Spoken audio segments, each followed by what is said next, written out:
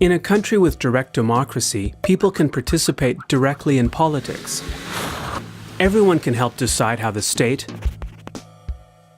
the cantons, and the communities are organized.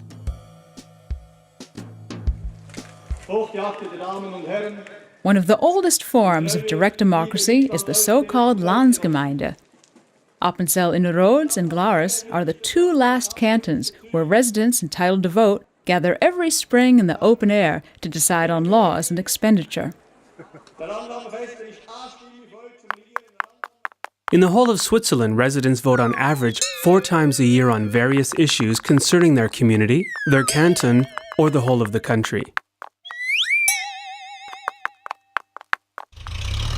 For example, they can vote on whether to have a new school built in the village, on how the canton should produce its electricity,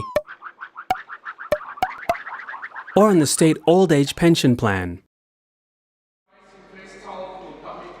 In addition, every 4 years the people elect the 246 members of the National Parliament, which consists of 2 chambers. The House of Representatives, representing the people, and the Senate, representing the cantons. This system gives less populated cantons more political weight.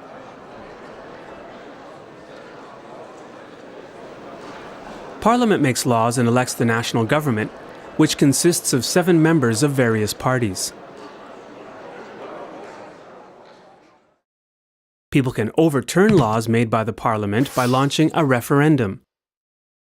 If they manage to collect 50,000 signatures within 100 days, the bill has to be voted on by the public. The People's Initiative enables citizens to make alterations to the Swiss Constitution.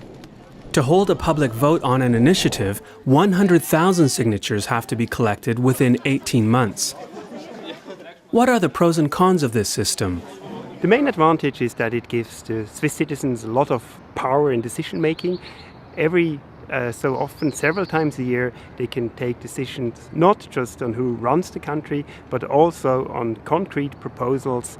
One of the key disadvantages is probably that it makes decision making slower, and there are a lot of political actors involved. There's Parliament, there's the administration, the government, interest groups, and at the end the people, and often it's unclear at the end who has been responsible.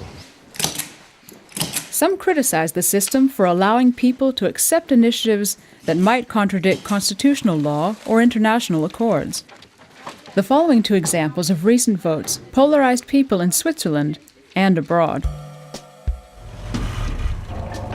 In November 2009, a people's initiative to ban minarets in Switzerland was accepted by 58% of voters, despite Parliament and the government's clear recommendation that it be rejected. Die wir am 29. November abstimmen, abzulehnen.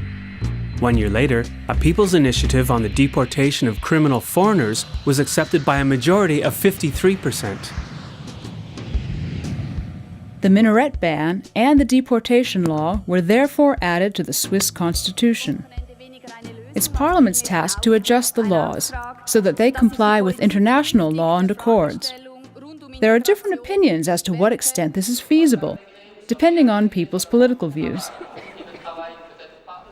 How well does Swiss democracy really work?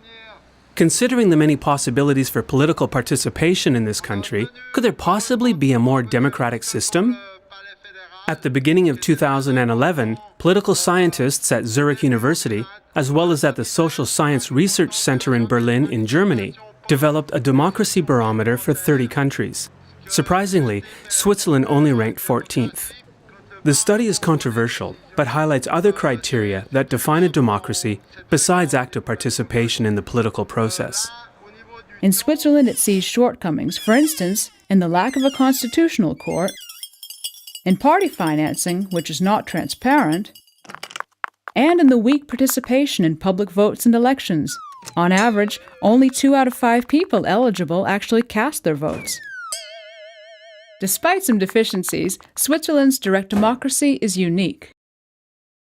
Switzerland is the only system where direct democracy plays such an important role in decision making at the national level, when the votes on issues determine the political agenda to a great degree. It makes decision-making slightly less predictable because at the end it's the people that are going to decide and not just the elites. Together with neutrality and federalism, direct democracy makes part of the Swiss national identity.